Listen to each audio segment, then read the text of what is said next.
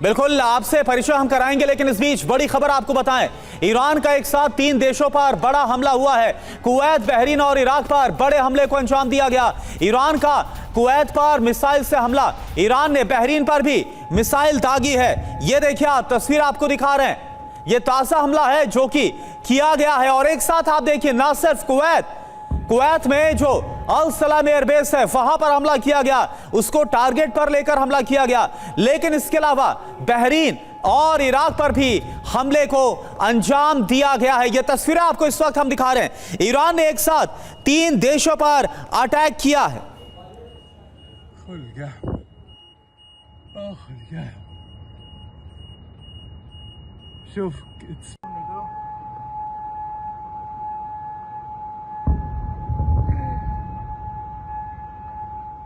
हाँ देखिए, कल हम चर्चा ही कर रहे थे, मिनी वॉर जैसी तस्वीरें दिख रही थी, सीजफायर के बावजूद हमले हो रहे थे। एक और नई तस्वीर कुवैत पर ईरान के हमले से जुड़ी है। बड़ा मिसाइल हमला यहां पर किया गया है। कुवैत में मिसाइल हमलों से जोरदार धमाका हुआ है। राशकाम में रिकॉर्ड हुई हमले की तस्वीरें, ये देखिए तस्वीर, एक के बाद एक मिसाइल हमले किए गए हैं। युद्ध विराम के बावजूद छिटपुट हमलों की खबरें लगातार सामने आ रही थी, लेकिन ये जो हमले ईरान की तरफ से 3 देशों में किए गए हैं, ये बड़े हमले हैं। और इसके बाद क्या असर इसका देखने को मिलेगा, अमेरिका की तरफ से क्या कदम उठाए जाएंगे, क्योंकि इजराइल का रुख तो पहले से ही आक्रामक है, वो देखने वाली बात है।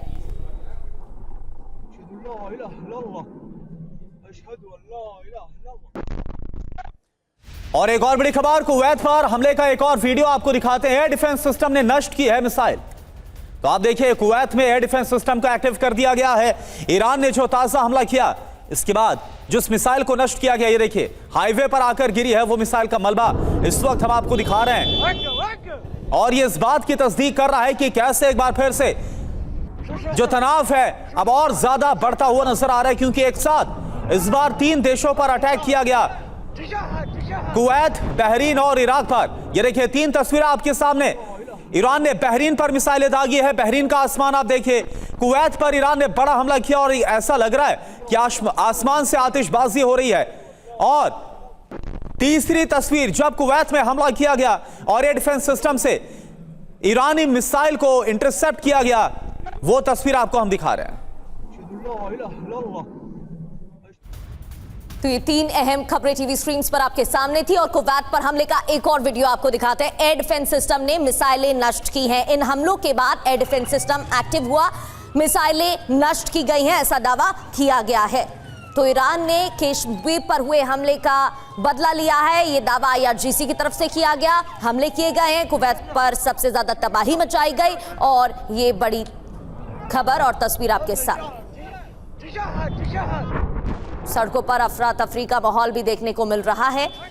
ये तस्वीरें देखिए, कुवैत पर हमले के बाद भारी तबाही।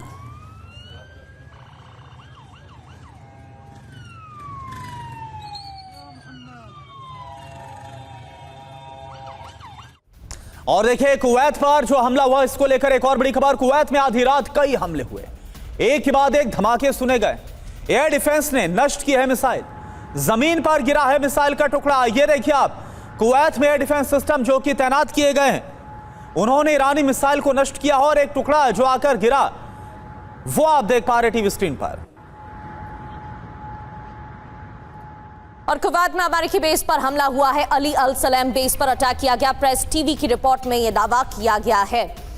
तो अली अल सलाम बेस पर अटैक की खबर, ये तस्वीरें आपके सामने। अमेरिकी बेस पर हमला किया गया, टारगेटेड हमले किए गए हैं अमेरिकी बेस पर। एक बार फिर से ईरान का अटैक। और एक और बड़ी खबर, कुवैत पर हमले को लेकर कुवैत में सुनाई दे रही है सायरन की आवाज लगातार। आधी रात को हमले के बाद यहां पर सायरन बज उठे हैं। ये देखिए आप जरा सुनिए किस तरह से कुवैत में जैसी आधी रात एक के बाद एक हमले हुए, ईरान ने मिसाइल हमलों से दहला दिया, सायरन की आवाज गूंजती हुई नजर आ रही है।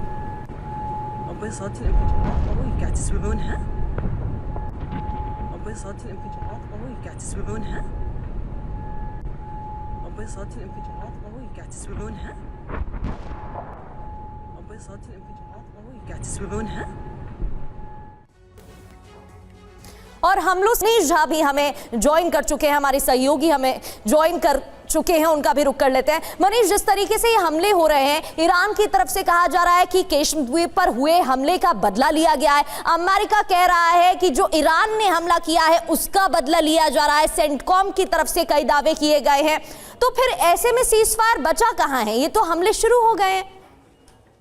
बिल्कुल, देखिए, भले ही आधिकारिक तौर पर सीज फायर खत्म होने का ऐलान नहीं किया जा रहा है, लेकिन सच यह है कि पिछले 10 दिन में छठी बार ऐसी घटना देखने को मिली और इस बार सबसे बड़ी लड़ाई देखने को मिली है। बल्कि तमाम तरह के वीडियो ये दिखा रहे हैं कि जैसे 40 दिन के युद्ध के दरमियान जो मंजर था, ठीक उसी तरीके का मंजर है। और आप इसमें से कई बैलिस्टिक मिसाइल और क्लस्टर म्यूनिशन से लैस मिसाइल्स के इस्तेमाल को भी देख सकते हैं। तो जाहिर है कि इसका पर्पस कहीं से भी चेतावनी देना नहीं है, जैसे IRGC की तरफ से कहा गया है कि अमेरिकन एक्शन के बदले में हमने जवाबी कार्रवाई करते हुए ये हमले किए थे, बल्कि साफ तौर पर है कि दोनों ही पक्ष एक दूसरे पर ये आरोप लगाना चाहते हैं कि युद्ध जो सेकंड राउंड का युद्ध है वो आपने शुरू किया है और उसी के लिए दोनों पक्ष तैयार हैं।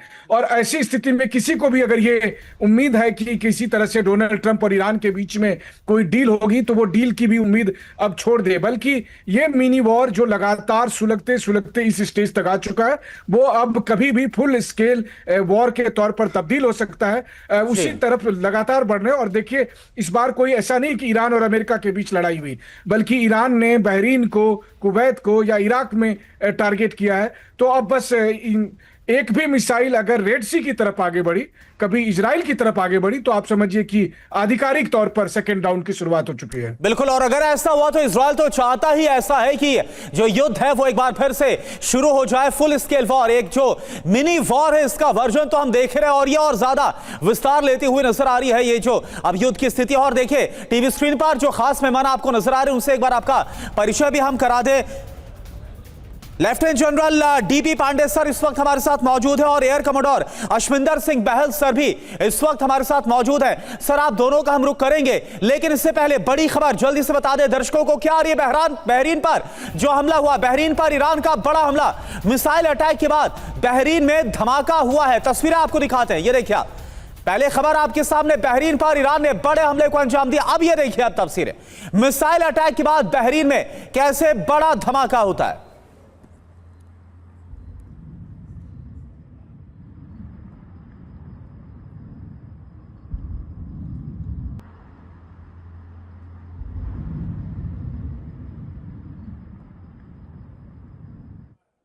और ईरानी अटैक के बाद अलर्ट हुआ है बहरीन ने एयर स्पेस को बंद किया है, तो एयर स्पेस अब बंद कर दिया गया है। हमले के बाद बहरीन में अलर्ट जारी है। ईरान ने बहरीन में भी अलग अलग जगह पर हमले किए हैं। इसी को देखते हुए बहरीन में न सिर्फ अलर्ट बल्कि एयर स्पेस को भी बंद कर दिया गया है। और ये हमलों की कुछ तस्वीरें भी आपको दिखा रहे हैं, कई मिसाइलों को हवा में ही इंटरसेप्ट भी किया गया।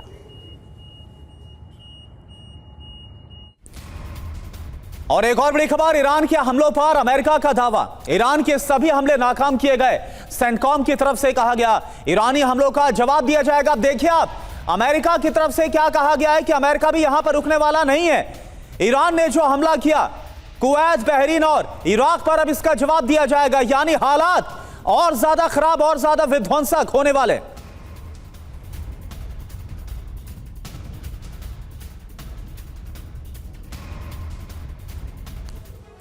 तो ईरान ने 3 देशों पर हमले किए, कुवैत, बहरीन, इराक में ये हमले हुए हैं। और बिग वॉल के जरिए आपको बताते हैं टारगेट पर अमेरिकी बेस थे एक बार फिर से, लेकिन नुकसान तो इन देशों को भी पहुंचता है। ये देखिए, मैप के जरिए भी हम आपको दिखा रहे हैं, इराक, कुवैत, बहरीन, वो जगह जहां पर हमले हुए हैं। टारगेट पर अमेरिकी बेस, कुवैत की बात करें तो अली अल सलेम एयरबेस पर हमला किया। इसके अलावा आरिफ जान कैंप पर भी यहां पर अटैक हुए हैं। इसके अलावा बहरीन, बिल्कुल, बहरीन की बात की जाए तो देखिए, बहरीन पर भी हमला किया गया और अल जुफैर बेस पर और 5th फ्लीट कमांड सेंटर पर अटैक किया गया ईरान की तरफ से। इसके अलावा हमले इराक में भी किए गए हैं, जहां इरबिल एयरबेस पर हमला हुआ और यहां पर टारगेट किया गया है। और DP पांडे सर इस वक्त हमारे साथ हैं। सर, एक बात बताइए, कुछ दिन पहले जब यह कहा जा रहा था कि ईरान और अमेरिका के बीच डील होने वाली है, तब मुझे याद है कि बार बार डोनाल्ड ट्रंप इस बयान को रिपीट कर रहे थे कि अभी भी चांसेस 50-50 के हैं, कुछ भी हो सकता है। लेकिन अब ये जो हमले हुए, बीते 24 घंटे में 3 देशों पर ईरान का अटैक और अमेरिका की तरफ से धमकी कि हम जवाब देंगे, अब आपको चांसेस किस तरफ ज्यादा जाते हुए नजर आ रहे हैं? ये जो कई लोग हमेशा ये सोचते रहे हैं कि ये लड़ाई बहुत शॉर्ट और स्विफ्ट होगी, मुझे लगता है कि अमेरिका का ये इरादा कहीं नहीं था। जितनी प्रोलॉन्ग ये लड़ाई होगी, जितनी आगे तक चलती रहेगी, छुटपुट के हिसाब से चाहे बड़ी लेवल के ऊपर, इसमें अमेरिका का फ़ायदा है। उसका जो एक स्ट्रेटजिक एम था वो डिनायल का था, और वो उसको तभी हासिल होगा जितनी देर ये लड़ाई खींचेगी।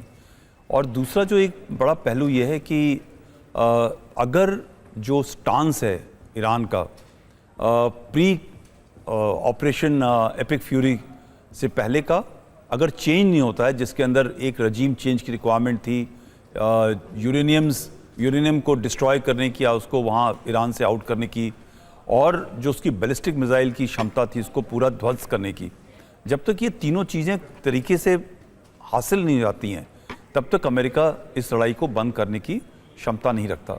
दूसरी तरफ ईरान की जो रजीम है, जो अभी चेंज नहीं हुई है, उसके टॉप लीडर मारे गए हैं, मगर जो रजीम है वो रजीम एक लेयर्ड रजीम है। उसमें से जब तक अगर उन्होंने यूरेनियम दे दिया, अमेरिका की बात मान ली, तो ये समझिए कि जो रजीम है उसके ऊपर बहुत बड़ा खतरा है। तो दोनों के जो स्टांस हैं वो ऐसे हैं कि एक भी जब डील को साइन हो जाता है तो उनकी अंदरूनी हालत, उनके अपने देश के अंदर एक रिस्पेक्ट की हालत, और ख़ास तौर से ईरान के अंदर उनको एक बड़ा मुश्किल का सामना करना पड़ेगा।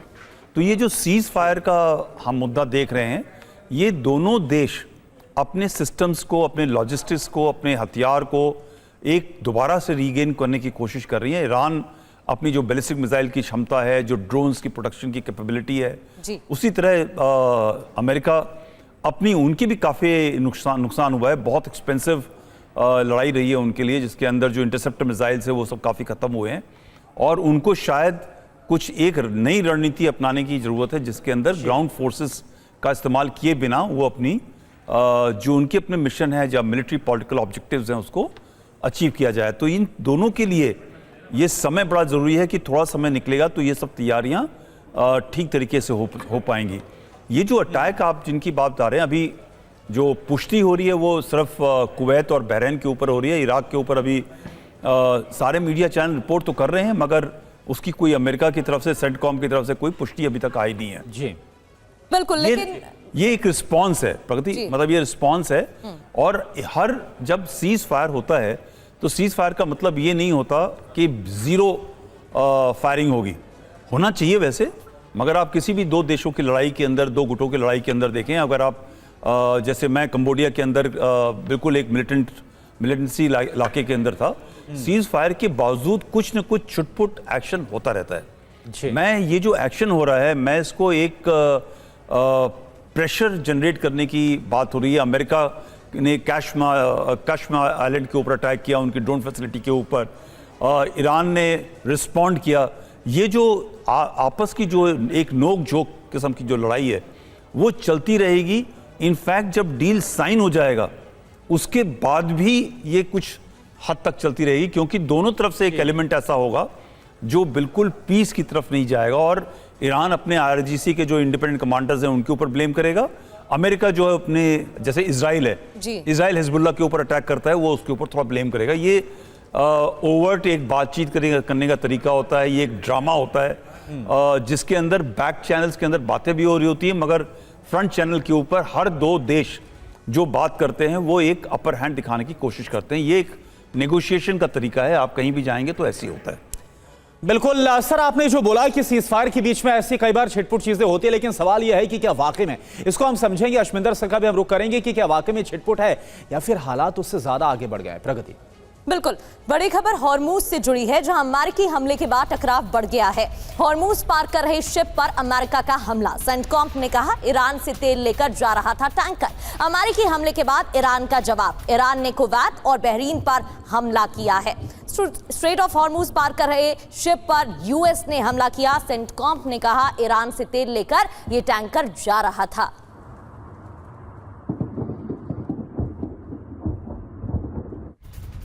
और एक और बड़ी खबर, ईरान पर अमेरिका का एक बार फिर से हमला हुआ है। केशमेर द्वीप पर बारूदी प्रहार किया गया। हमले को लेकर सेंटकॉम क्या दावा कर रहा है? पश्चिम एशिया में ईरानी हमले का बदला लिया गया है। तो ये देखिए आप, पश्चिम एशिया में ईरान ने हमला किया, 3 देशों को दहलाया। और जैसा हमारे एक्सपर्ट बोल रहे हैं कि बहरीन और कुवैत में हमले को लेकर तो कंफर्मेशन है, लेकिन अभी इराक को लेकर अमेरिका की तरफ से कंफर्मेशन नहीं है। लेकिन जैसा अमेरिका की तरफ से कहा गया था कि बदला लेंगे, केशमेर द्वीप पर एक बार फिर से हमला किया गया है। और 3 देशों पर हमले को लेकर आईआरजीसी ने बयान दिया है। कुवैत पर सटीक मिसाइल हमले किए गए हैं, यह आईआरजीसी ने बताया। और यह भी कहा कि केशमेर द्वीप पर हुए यूएस हमले का ही यह बदला लिया गया है। जो हमले किए गए थे उसके बाद बदले की कार्रवाई की गई है और 3 देशों पर हमले हुए हैं। और चलिए अब आपको बताते हैं कि पिछले 24 घंटे में क्या क्या हुआ है और कैसे यह हुआ। ईरान का एक साथ 3 देशों पर हमला, हालात फिर से बहुत विध्वंसक। हमले से कैसे बदला लिया गया यह भी आपको बताते हैं। सबसे पहले अमेरिकी अटैक, ईरानी ऑयल टैंकर्स पर यूएस ने हमले को अंजाम दिया। हॉर्मुज स्ट्रेट में ईरानी ऑयल टैंकर पर हमला किया गया। केशमेर द्वीप पर ईरानी साइट्स पर हमले को अंजाम दिया गया अमेरिका की तरफ से। अमेरिका ने ईरानी रडार को तबाह कर दिया गया। ये देखिए खबर यह आ रही है। अब ईरान का जवाबी प्रहार क्या हुआ, पलटवार टारगेट पर 3 देशों में अमेरिकी बेस, यानी जहां से हमला हुआ उसे ही तबाह करना है। यह आईआरजीसी का मकसद। कुवैत में यूएस बेस पर हमले को अंजाम दिया गया। और इसके अलावा बहरीन में जो 5th फ्लीट है इस पर भी अटैक किया गया, तो अमेरिकी बेसिस को टारगेट पर लिया गया। ईरान का जवाबी प्रहार, इराक में भी अमेरिकी बेस पर हमला किया गया। एक साथ 3 देशों पर यह हमला। एयर कॉमोडोर अशमिंदर बहल सर, जिस तरीके से ईरान ने बदले की कार्रवाई बताया, ऐसे अमेरिका ने भी हमले किए। आप एक बात समझाइएगा सर, जब इजराइल की तरफ से लेबनान में हमले हो रहे हैं तो नेतन्याहू को फटकार लगाई अमेरिकी राष्ट्रपति ने, लेकिन वो भी तो खुद यही कर रहे हैं ना, उनकी तरफ से भी तो हमले जारी हैं। बिल्कुल सही कह रहे हैं प्रगति जी। इस समय मेरे हिसाब से जो मैं वर्ड इस्तेमाल करना चाहूंगा, 3 दिशा, अब ये बड़ा ध्यान से सुनिएगा, क्राइसिस ऑफ इंटेंट है। क्राइसिस ऑफ इंटेंट का मतलब है कि एक दिशा के अंदर अमेरिका रुकना चाहता है, स्ट्रेट्स ऑफ हॉर्मुज को जल्दी से जल्दी खोलना चाहता है और चाहता है कि जो उसके इंटरनल कंपल्शंस, यानी कि वहां पे तेल की कीमतें ज्यादा या पॉपुलैरिटी रेटिंग में जो गिरावट आई है, और जिस हिसाब से रिपब्लिकन्स के और डेमोक्रेट्स के अंदर भी लग रहा है कि ये वॉर जो है, ये युद्ध जो है उनके लिए पॉपुलर नहीं है और मिड टर्म में इफेक्ट करेगा, तो वो चाहता है कि इसको जल्दी से जल्दी रोका जाए। वहीं पे ईरान भी चाहता है इसको रोका जाए, क्योंकि ईरान के अंदर भी इकोनॉमिक कंडीशंस बहुत ही हार्डशिप की कंडीशंस है। वहां पे भी 70% मार्च के अंदर इन्फ्लेशन था और पूरे साल का देखा जाए तो 50% से ऊपर था, और वहां पे एसेंशियल्स की कमी है। ईरान भी चाहता है, लेकिन दोनों साइड ये चाहते हैं कि ऐसे ना लगे कि हम हार गए, ऐसे लगे कि हम जीत गए, और जीतने के बाद ये जो भी एग्रीमेंट होगा उसमें हम दोनों को फायदा है। और इसमें आके जो वर्डिंग के अंदर बात आई थी, और वो वर्डिंग के अंदर बात थी लैंग्वेज की, न्यूक्लियर इश्यूज पे, जिस पे सलामती नहीं बनी थी, और कहीं ना कहीं अमेरिका को लग रहा था और ट्रंप को लग रहा था कि उसका और भी लोगों की नजर में इमेज गिर जाएगी। लेकिन जो इंपॉर्टेंट और महत्वपूर्ण बात आ जाती है यहां पे कि जैसे ही ईरान ने कहा कि वो सस्पेंड कर देगा नेगोशिएशंस, उसी समय पे ट्रंप ने वापस कॉल किया नेतन्याहू को, और आपको तो पता ही है किस अभद्र भाषा का इस्तेमाल किया गया था, यहां तक कि उन्होंने उसे यू आर क्रेजी भी बोल दिया। तो कहीं ना कहीं उन पे प्रेशर बनाया कि दाहे, जो कि सदर्न लोकेशन है बेरूत के अंदर, हेवीली पॉपुलेटेड एरिया, उस पे अटैक ना करें, नहीं तो सैकड़ों के हिसाब से सिविलियन मारे जाएंगे। तो उसको रोका, लेकिन उसको रोका तब जबकि उनकी बातचीत दोनों से हुई, नेतन्याहू से भी हुई और जो हिजबुल्लाह की लीडरशिप है। लेकिन अभी भी नेतन्याहू ने उसके बाद क्या बोला, नेतन्याहू ने कहा कि वो हमले जारी रखेगा सदर्न लेबनान पे, पर बेरूत पे नहीं। आखिरी चीज मैं बोलना चाहता हूं, तो कहीं ना कहीं ये जो तीसरा स्पॉइलर फैक्टर है इजराइल, ये एक तीसरा दिशा है जो अलग दिशा में ले जा रहा है। लेकिन मेरे हिसाब से ये लिमिटेड अटैक्स हैं, ये एक्ट एंड रिएक्ट पॉलिसी है, ये आगे बढ़ने वाली नहीं है। इसी तरह हमले भी चल सकते हैं, कंटिन्यू चल सकते हैं, लेकिन मुझे लग रहा है कि 1 हफ्ते के अंदर, जैसे कि ट्रंप ने कहा था, कुछ ना कुछ नतीजा निकलेगा, और दो चरणों में वो नतीजा होगा। इनिशियली स्ट्रेट्स ऑफ हॉर्मुज को खोलने का, और उसके बाद न्यूक्लियर इश्यूज पे कोई ना कोई बातचीत डीप डिटेल के अंदर शुरू होगी, जबकि उसकी लैंग्वेज थोड़ी सी जो मेमोरेंडम ऑफ अंडरस्टैंडिंग है उसके अंदर बेहतर की जाएगी न्यूक्लियर के बारे में।